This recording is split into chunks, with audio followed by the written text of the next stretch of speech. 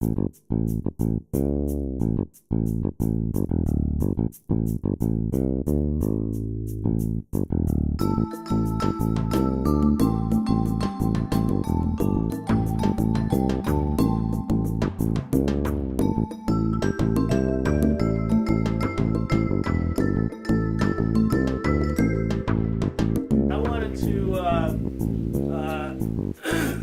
us all a chance to, talk about a few things.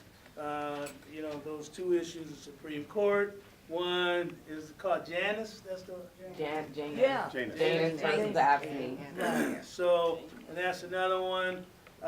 But what I wanted to do is give chapters the floor, because one of the things that have been brought to my attention is that members would like to possibly host the conference in some future possibilities. And so one of the things that I want to be able to do, and the national board members, we want to be able to put a letter together in support of you if you're interested in in hosting the national conference.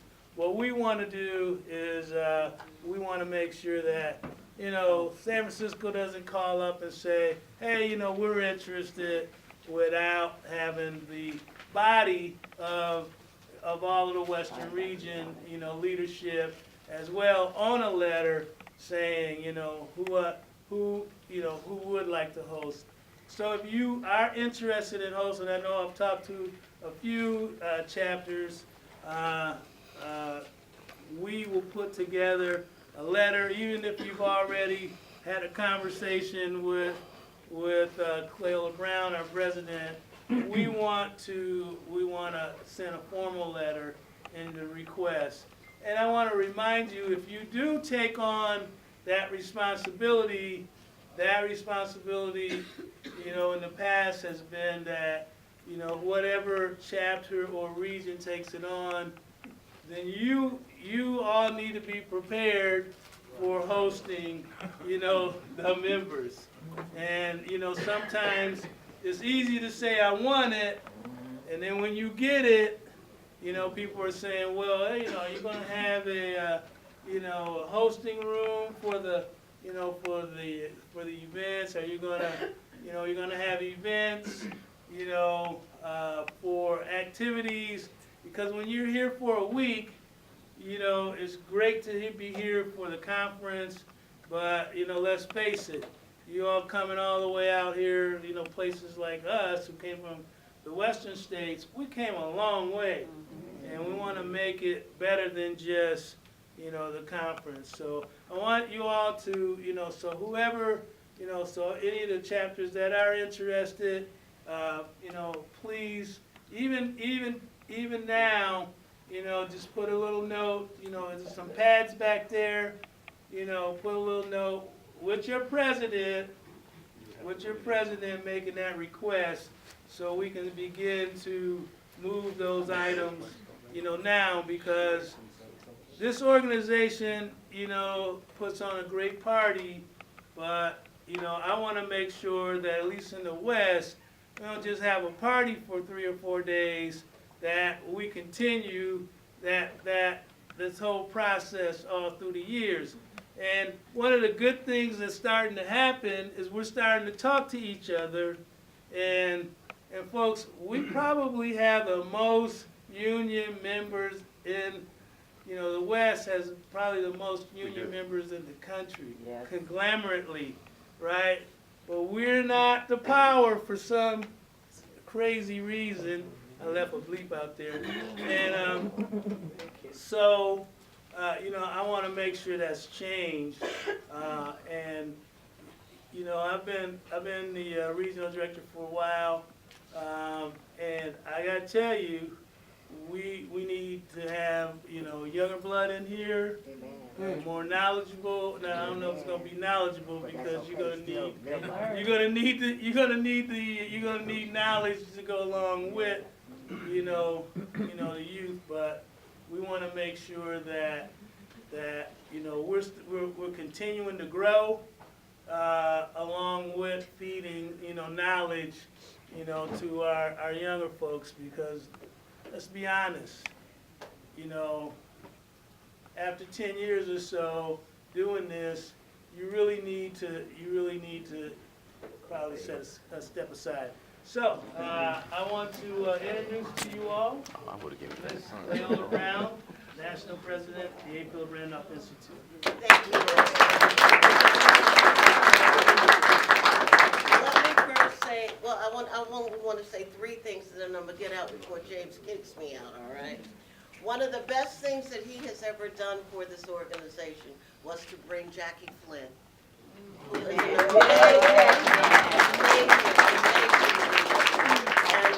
and taking nothing from him, but watching this sister fly has been an absolute joy. Looking at the young people that she's worked with over the last few years and the way the program that she heads has developed, that's what got the award last year for you and the youth that you lead. So congratulations again for the work that you do. Now for the rest of the region, let me say this. You have an icon that's sitting in the back. Last month, I think it was last month or the month before, at the National AFL-CIO, there was a huge awards program. And at that program, there was a videotape that was shown by Labor Heritage. That young lady of 92, is it Ms. Clara? 91 going on 92? Well, I'm going to give you the 92 because we claiming it, all right? That young lady of 92 was featured in this film that international presidents from all over the country and some international guests from outside of this country came to see our Rosie the Riveter. And in that piece, there was the mention of the Asa Philip Randolph Institute, which made this organization look so good, but not as good as you and the years of service that you gave to kicking Bowens behind when they didn't listen. Standing up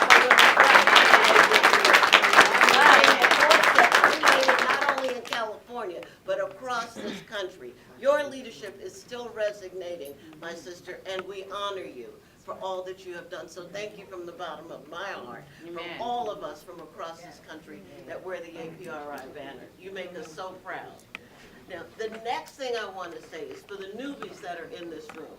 First time attendees, raise your hands again. You had an assignment from the beginning of the week, right? Yeah. I'm asking you, brother, to please take a look at every one of their sign-in sheets to see who has the most signature. And see, you and I have been having it all week, and it's a good thing. I ain't got your name yet. Oh, they've had an assignment all week long that they know what it is. I don't have to share it with the rest of you.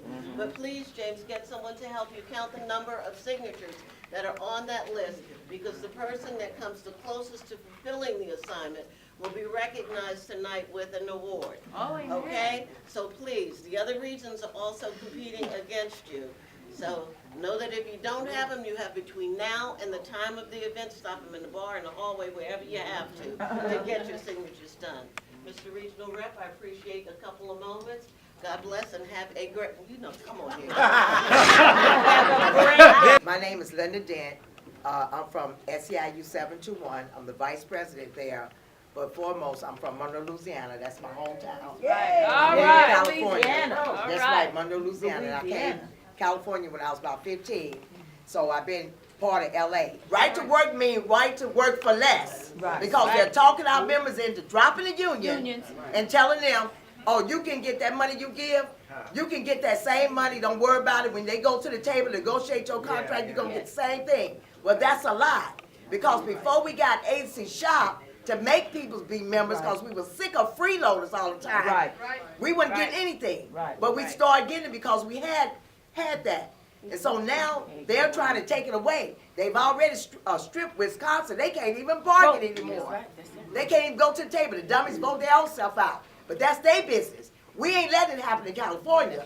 And so That's important, guys. That's right. If they take away our union job, they take away all our benefits, everything that we had. Now, us that's getting close to retirement, we'll be, by the grace of God, have something. But our children, our grandchildren, and people that are still there will lose everything. So what we've been doing, we've been giving our members shots, letting them know, listen, if you ain't a member, if you got a person that you ain't a member, you better fill out that damn card. And then you better not talk about dropping. I'm real. So this is real, guys. This is real. So I just Good morning, everybody. Good morning. What Linda said is real, but it's not just California. It's also everywhere. And where they started first was not in California. It started in Washington, Washington State. Yeah. With the, and the people back there in the back know what I'm talking about, the Freedom Foundation. Okay, so they started in Washington. They are now in California. Yes. They have an office in Santa Ana. Yes. And they specifically said they're going to focus on home care providers in California, which is our union. So even though Loretta Johnson talked a little bit about Janus, we could have had a whole workshop on the impact of Yes. we should have been talking about that because next year, half of us can be here because of the impact of Janus once that's in. You know, the first, unions are always looking for an excuse not to send you someplace, but guess what? They got one. tell us what Janus is. Janus is a lawsuit by a ASME affiliate out of Illinois, challenging the fact that they have to pay fair share. So the first one that we had, Friedrichs, it was 4-4 in the Supreme Court because Scalia passed away. Yeah. Well, now they have a majority. That's the same case, and guess what? There's about 4 or 5 other ones right behind that one. So we are under attack, and anybody who's got their head buried in the sand need to get it out. That's right. UDW, how many of you guys remember Harris v. Quinn? Yep. Yes. That was a direct hit on UDW on our membership. We went from 65,000 to 38,000 overnight. But we prepared. We are now so in California, we are in a right-to-work environment in home care. So in that environment, we are now 73% membership. So we represent over 71,000 folks. But you can't wait until it hits. Right. Like Linda was saying, you got to prepare now. Or because if you wait until it hits, it's too late. It's too late because these people are using our tactics to go after our members. Yeah. They're using organizing tactics, and some of you from old school organizing, they'll dumpster dive, they're going door to door, trying to get lists. They're doing information requests, and we got all of our information from Washington State because the ASME state workers were hit there. And we listened immediately and said, you know what, let's not wait for them, let's start preparing now. Exactly. So the attacks that we're looking at are real, and don't assume it's not gonna happen. I'm not gonna bank on another person having a heart attack and dying at the Supreme Court to determine our future. We need to determine that by the actions that we do. So it's real stuff that's happening. And if you haven't heard about it from your union, shame on them. Shame on them. Because it's out there and it ain't going nowhere unless we defeat it. And in the courts, we can't. The only way you can defeat it is by organizing and listening to our members. Thanks. All right, thank you very much. I wanna just acknowledge our national board members. David DiLatorre, why don't you stand up, David? David. David's with Lyuna. He's out of San Francisco, and David is. What we're trying to do is get more representation from the West, and so we're trying to encourage the national board to have more leaders on on the national board. You just seen Doug. Doug, stand up. Doug is overall ASME and US UDW. Yeah, you know it. Anyway, and I told you Doug was, my longtime mentor. And then longer the road there is Oscar Owens. Oscar is with the Transit Workers Union, ATU. Oscar, you folks come on to see Oscar. These three gentlemen help represent, you know, the Western region, and of course myself. And what's really important is, I see, okay, what's really important is we now, you know, move in a direction where we're talking together with one voice in the West. Eric Gabriel from Seattle. Good morning everyone. Good morning. So, in Seattle, we've been doing a lot of work. We've been staying busy. Every month we got something going on in Seattle. So what we do in Seattle, always the first week of December, what we do is we have our board meeting, and we begin to plan for the whole year. We begin to plan, we make a plan for the whole year, what we're gonna do. And we starting the month of January, we start planning for working together with the MLK committee to celebrate Dr. King's day. And we table in, and this is a big, Seattle is one of the places that it's known to have one of the biggest march on MLK Day. Oh, yeah. So we turn out a whole lot of people, and we work together, we table, we have all kind of events going on. We registering people to vote at that day. If you are on the target, we have the young people, once we know they're reaching around that 17, 18, around that age they can register to vote, we're getting them connected. So, and we have our youth chapter that focus on doing that. So, and then our next thing that we plan is African American Legislative Day. So we get together and we get buses, the unions are involved, and we organize on our Christian leaders. We have a Christian Leaders Coalition now. It's partnership with the APRI. We're talking about pastors up and down Washington State. Working together, doing the work to make sure that we can move things on the legislative level that is benefit unions and the community. So, you know, sometimes you get pastors trying to help, but they're working, everybody doing their own thing. Well, in Seattle, we got them working together. And they are, I mean, marvelous, doing some great work at the legislative level. We got direct connection with the governor, direct connection with many of our legislators and senators here in Seattle. And then when we move on to the next month, we are looking about planning for Ace's birthday. So like I said, every month we're doing something. We stay connected, stay engaged. So Ace's birthday, we do our open house. And our last open house is when we had Miss Clara Atkins at that last open house, and we had a connection with Clay over Skype, where she was able to present to the speak to the audience in the room, and we had a big turnout of people, and we had a lot of registration on that day. New members coming in from the IAM, especially from the IAM. Additionally, we're trying to, I tell people, we're trying to change the complexion of the construction industry, which has a tendency to be all white male. And so we're taking people from the inner city, giving them, you know, a little edge to get in. What I've done is I've hooked up with an outfit that is running, they're getting mini houses. They're 8 foot by 12 foot. And so I've hooked up with them, and I've made it my curriculum in the program I'm teaching in to build one of those every quarter. So we now have put 7 of these mini houses into these mini house villages. And then I also connected up with the court system so that because it's a community project, they get community service to pay off their fines so they can get their license back.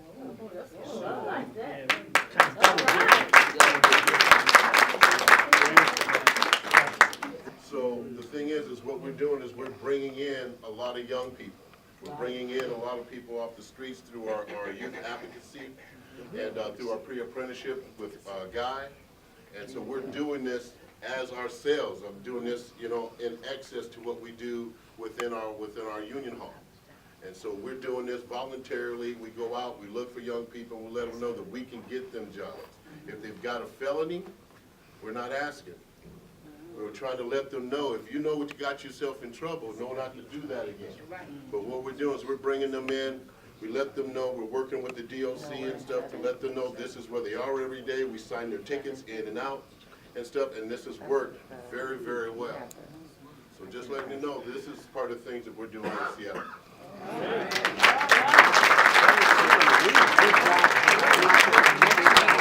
This is our second year. This is our second year in existence for the San Diego chapter. We've done some amazing things this year. But first, I would like to say that I brought an amazing group of people from San Diego. They did an amazing job in fundraising their way from the West Coast, from San Diego, with the help of our executive director of UDW. His vision was to have a chapter in San Diego, and we have struggled at times, but at this point I think we're on our way up, reorganizing our board and going out into the community. Because it's our second year, what we've been doing this year is really outreaching to the community. We're going to a lot of different community events because a lot of people in San Diego do not know who A. Philip Randolph was. And so we've been really going out, talking to a lot of different organizations, building coalition with some of them to expand our chapter. Okay. One of the things we started is starting in February. We did a day of service where we started outreaching to the homeless in our community because San Diego has the fourth largest homeless community behind Seattle. I was surprised that Seattle was number 3. San Diego is number 4, the largest. In our neighborhoods, you know, there's people sleeping under subway underpasses, in the bushes. So in February we started doing that, bringing them food, clothes, water, toiletries, and it's been an ongoing thing for us because from that we really are now getting known in the community. Okay, not only are we going to different places, but last year most of our members for the elections were sent to different areas. Like for UDW, we did a lot of work in Nevada to help Hillary win Nevada. Some of our members spent months in Nevada working on that campaign. That's one of the biggest things that we did last year. And we did a lot of different events. The Juneteenth event, Carol, who is our secretary treasurer, is building coalitions with other groups, so we did their event there. We also did the Cooper family event in San Diego where we set up a booth to outreach to the community, sign up new people, and build different, you'd be amazed the amount of people that came by or tend to sign up. We also did a Somalian community event where we also set up a booth. And we also did work at the border, supporting the Border Angels, who is a group in San Diego that outreaches to migrant workers, doing water spots and places so people don't starve or die of thirst, trying to cross the desert. We've done a lot of work with them also. With the different churches, we set up tables to do voter registration. And we also did a movie night in San Diego for the celebration of A. Philip Randolph's birthday, where we invited our man James down to participate. We had an amazing night of community. We had a house full of people. We showed the movie, 10,000 Black Men Named George, which is an amazing movie. If you haven't seen it, please do. And so that's, you know, that's basically what we've been doing in San Diego, just trying to build the community. Can I interject? We do help out with the UDW food distribution once a month. And we also this is our second year having the culinary, UDW culinary class that Yvonne and LaTanya sit on the board for that, the executive board. have also with UDW Help the community that are refugees in Tijuana. So Laverne gave us food and we distribute in TJ also. That's the Haitian refugees. Yes, Haitian yes. refugees that have been crossing the border. So we are delivering this eggs or food to the shelters in TJ. So, yeah, so we've been doing a lot of amazing, I'm sorry, somebody else? Monica. And as a part of the UDW culinary program, I'm one of the graduates. I graduated last Saturday. That's right. So I'm not too much more of your time. I just want to really say I appreciate the work of this San Diego chapter. You guys are amazing, amazing people. Right. We have 2 young people in the audience that we brought for the first time. Yeah. I want to recognize them, Jair and Anisha.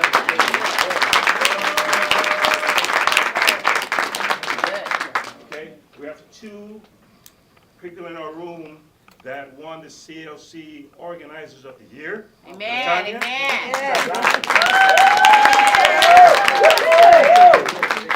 I could go on and on. I could go on and on with the amazing work that these good folks, not just for APRI, but for the unions. That's right. We have some strong leadership in this room. That's right. And I'm really proud to be representing them here Amen, today. amen. Thank you so much.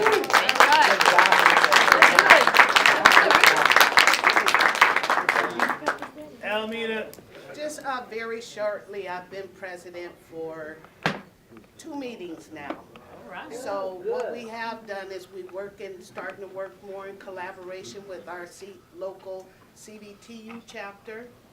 We are supporting the efforts of a graffiti cleanup in Oakland.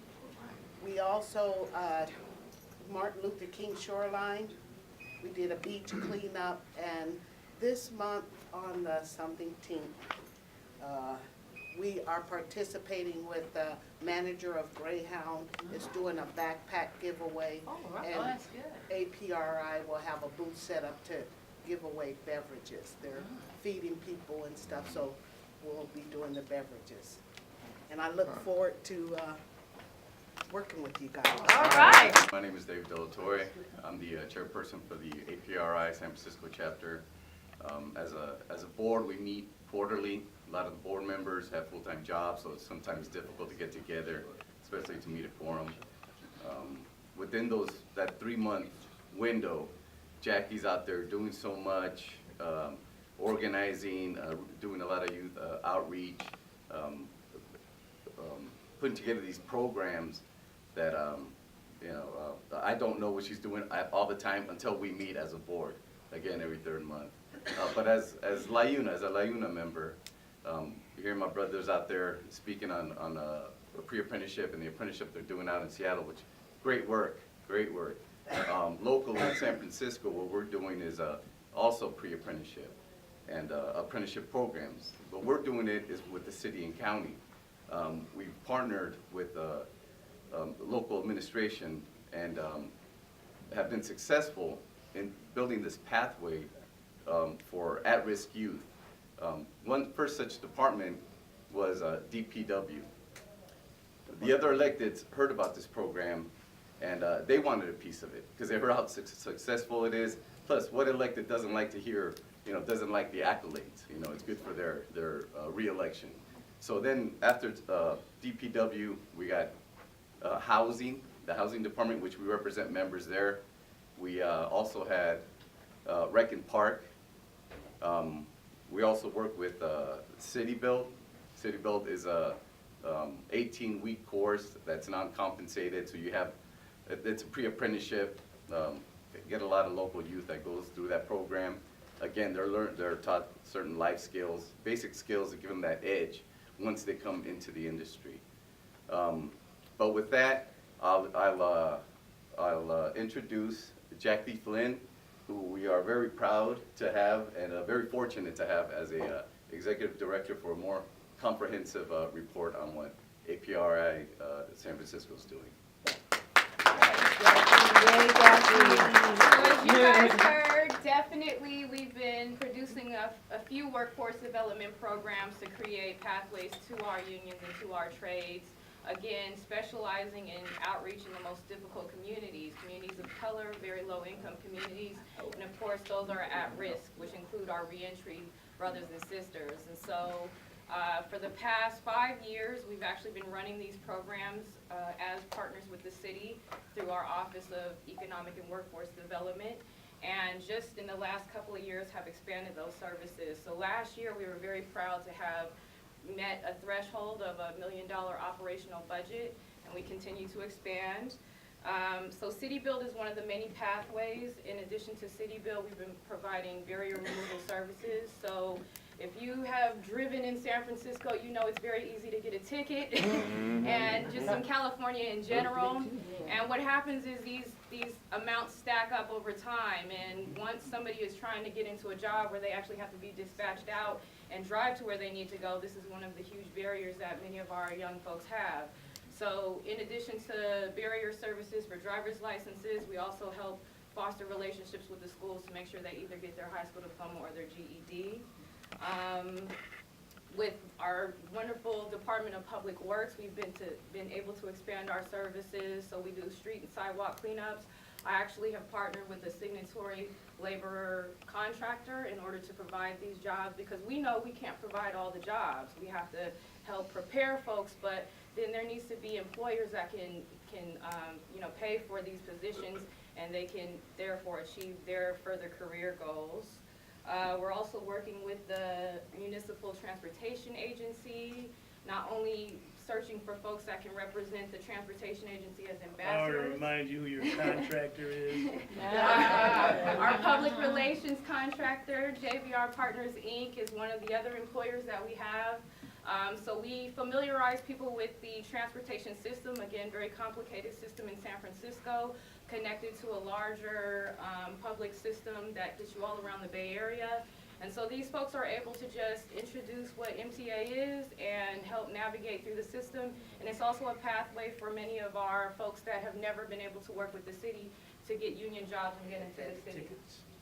We also have a citation resolution program. So if you're working off community service hours, we've partnered with other nonprofits and corporations that are able to allow them to provide that volunteerism or that community service that they need to complete before resolving it and being able to wipe that off of their record. We've done youth programs again for the last 5 years, of which I've expanded significantly. I got to give a shout out to my staff back there, Sophia, Charles, Alara, Mama D, Kurt. For 8 weeks we provide. Who are you? All right. All right. For 8 weeks we provide our Resilient Youth Leadership Academy. So that's my opportunity to introduce young folks to being leaders. We do city council. We also do state policy, and I mean, it's an intense 8 weeks. So 6 of those kids that have graduated from that program are with us here at this youth conference, hopefully able to share what they've learned over the summer with the rest of the young folks that they get around. We got plenty of cleanup programs with youth, because of course they want to throw money at youth, but it's not just about throwing money at youth, it's about teaching them how to be on time, how to work professionally, and also inspire that mission, because what our root is voter registration, education, and get out the vote. And I found that over the years, especially talking with young folks, it was difficult to have that conversation if they weren't working, if their parents really weren't participating. And so when I give a job opportunity, many times these kids come back to our programs, and over the years I'm able to educate them about what our original mission is, which is empowering our communities and really standing for what we believe in. So as a legacy, like I said, I've been here for 20 years. I came in when we had a national conference, I think it was Las Vegas, and I met kids from across the nation then, and I'm telling you right now that this organization has changed my life. And so my commitment to everybody that I work with and to all of you guys here, which is it's so humbling to be here and see everybody and see all the work that's happening across the nation. Our commitment is to make sure that we have that link to that younger generation and pull them in while I have the opportunity to do it. And there's just a little bit of testimony of the work that we've done this year and for many years. So I'll stop with all that. we got plenty more to give, but that's enough for now. So thank you guys. So LA's already had a little bit, so no one's gonna round it off. No, I'm not gonna round it off. As a matter of fact, what I'm going to do Come to is, the front, please. Yes, please. what I'm going to do, since I don't do anything, it's the folks around me that do the work. Kristen, what are you doing? So, trying to be, oh, sorry, sorry. You're next. So, I'm trying to be like Jackie. So, Michael. we are currently in the works of developing our own youth leadership program at the Los Angeles chapter. We are currently in talks with one high school and one local middle school. And the only thing that we need to do is develop curriculum. So I'm hoping to have everything up and running by the end of the month because school starts. The principals have let us know that we can start with an after-school program to avoid all major loopholes. Because if it's done during school hours, then we have to get consent from the superintendent. And the beauty is that we also found out that LAUSD, the Los Angeles Unified School District, they require so many hours of community service. So partnering with the school district and allowing these youth to come in and do their service hours under us is how we hope to build our youth chapter and have a group of youth at the next National Education Conference. All right, all right. I forgot to mention the letter you're putting out to the Federation of Labor. Okay, so a week from Monday, we will be submitting a letter of recruitment to the AFL-CIO Los Angeles, and they will be mailing out letters to recruit other union brothers and sisters. We have over 300 labor unions in the county, the LA County Federation of Labor, and so we're going to be soliciting them for membership. We've also talked about planning to go to their locals and have a general membership meeting in order to help spark recruitment. I'm crossing my fingers, but hopefully our first outside of our regular meeting will be with the Letter Carriers Association. So we're hoping to get our post office members, anybody who can put in a call at NALAC for me, please. But crossing our fingers that will be our first general membership meeting outside of our regular meeting. I'm with the LA County, the LA Community College District.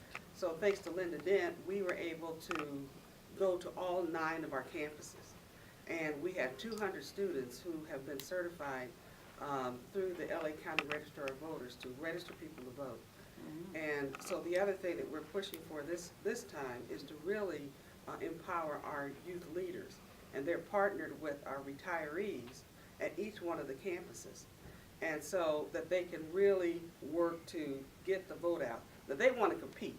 They want to, have a prize at the end of the process so that they say they get, recognition for that. But we've also tied this process into our A. Philip Randolph birthday party that we have at LA Trade Tech College, which we call the Labor College. And so we are trying to link our Get Out the Vote campaign to our program that we've had for 10 years at LA Trade Tech, which is the Career Awareness Day. And we bring 4,000 students from LAUSD to our campus. And so we also register students who have just turned 18 or will turn 18 by election day. All right. Okay. Finally, what we're doing also, since we're reaching out to other organizations, I'm the executive director of the Association of Probation Supervisors. So we're reaching out to Mexican American Chicano Association, Black Probation Officer Association. As a matter of fact, the president of the Black Probation Officer Association is a member of APRI. We just recruited her last month. And she's also the president of California Association of Correction, Parole, Probation Officers. So she has a statewide office. So we are bringing in these organizations to move the agenda forward. I took 2 minutes longer. You did. Thank you. Wait 1 minute. And I would like to thank Linda Dent. Linda Dent has allowed us to use the facility. Can you come up for a minute, Linda? Yes. 30 seconds. Come on, Linda. Any way we want to use it. Why don't you come up, And if you've ever been to 721 and see that facility, you say, okay, that's the state-of-the-art facility, and she allowed us to use everything there. Thank you, Linda.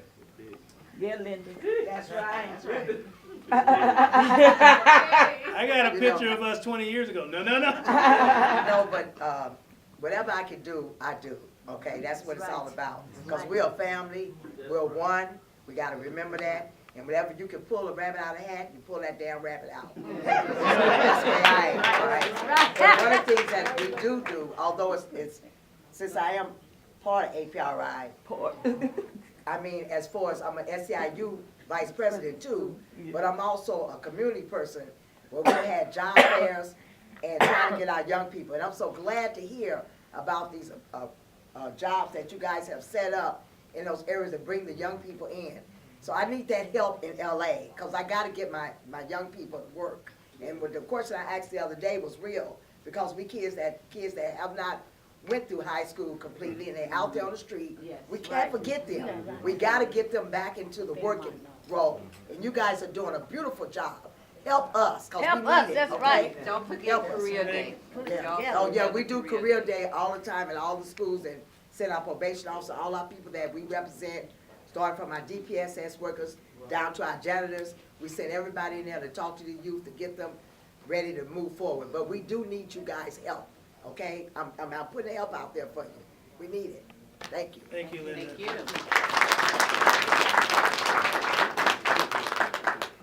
So, What did I you want to see thank out of everybody.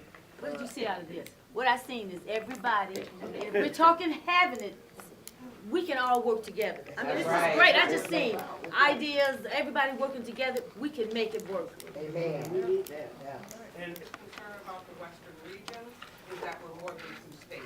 There's only 2 states in the room. So the biggest question is, what are we doing to revamp all of these states that are actually listed on the back of that shirt to make them be in this room too? I'll give you 2 states.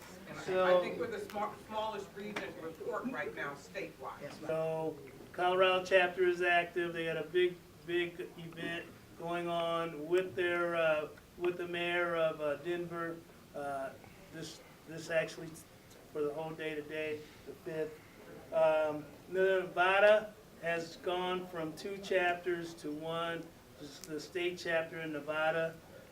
We're having difficulties actually with the AFL-CIO in Nevada, trying to get, them to work with us, because there's this little problem with actually the African American church community and the labor community, and so we're looking for resolve. But they have reorganized under the Nevada chapter, and we're moving forward with that. I just talked with BJ Thomas, who those of you who've been around for a long time know BJ and know that we're trying, but unfortunately other states are not like these 2 main states.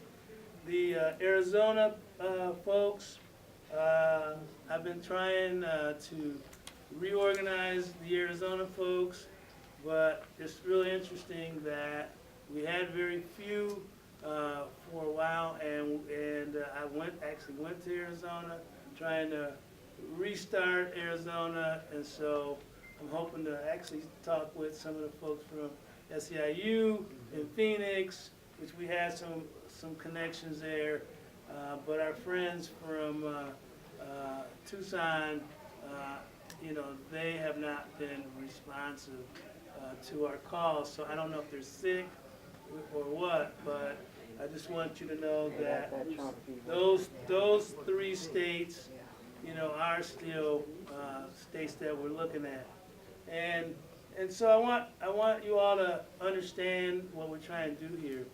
So for the Western region, we're trying to raise our own funding.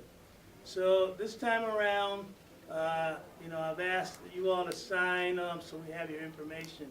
And in return, we want to give you a Western Region t-shirt. What we wanted to do is sell our t-shirts, and we have pins.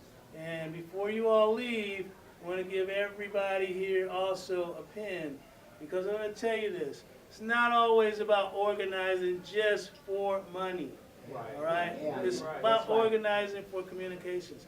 What we see here today is really very special. There's no state, I don't give a darn where the hell where you are, there is no states there's no region that has this kind of power, folks. There is none. Believe me, there's nobody who could have came in here and talked about all these things that we are doing. But collectively, we have to come together. Collectively, we have to be able to, help each other. LA restarted. San Diego restarted. They're going forward.